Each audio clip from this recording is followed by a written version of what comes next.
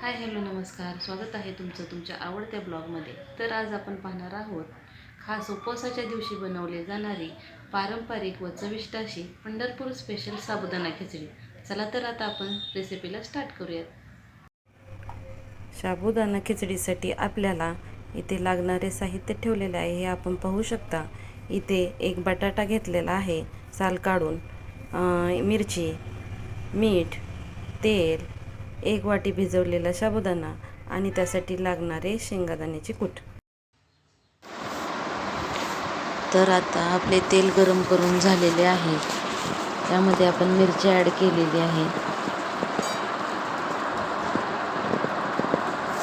त्यामध्ये आता आपण बटाटा ॲड करणार आहे.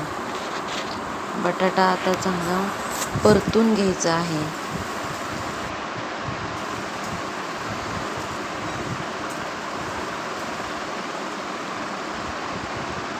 थोडेसे मीठ ॲड केलेले आहे जेणेकरून बटाटा व्यवस्थित वाफवला जाईल.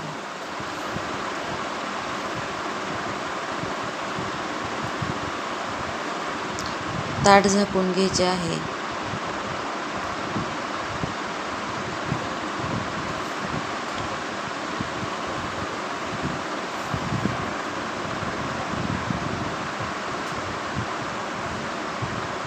शाबू ॲड करून घ्यायचा आहे यामध्ये.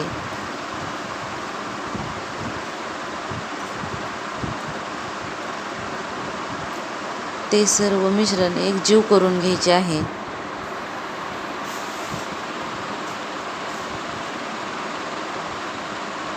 चवीनुसार मीठ आपण यात ॲड केलेले आहे.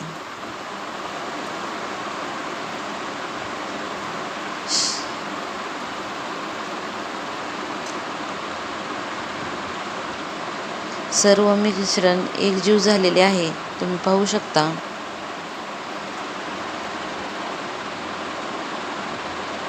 यामध्ये शेंगदाण्याचे कूट ॲड करायचे आहे. कमी जास्त हे आपल्या आवडीनुसार ठरवायचं आहे.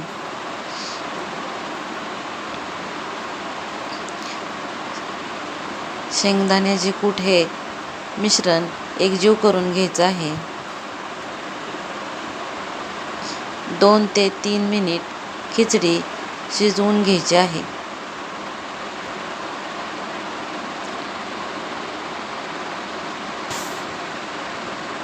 गरमागरम साबुदाणा खिचडी तयार आहे. दह्यासोबत ही तुम्ही सर्व करू शकता.